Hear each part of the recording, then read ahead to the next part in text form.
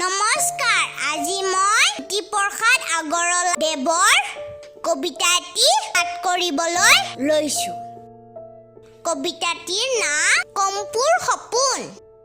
মা, মই সপোনত দেখিলো দুটা ভূতৰ পোৱালি আৰু দুজনী আগজিলিকা চকু টেলেকা টিলিকা টিলিকা পিলিকা পিলিকা খিনি ছোৱালী।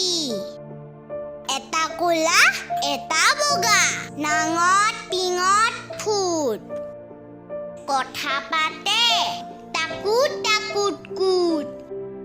এটাই কলে পুট পুট পুট ইটোৱে মা নাক জকুৰি কলে ধুত ধুত।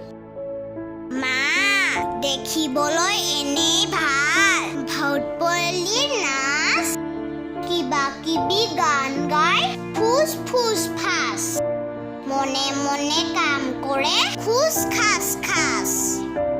এংকুৰ বেংকুৰ কৰি যায় লৰি লৰি জখিনী হাতক নাচুৱাই চুলি ধৰি ধৰি।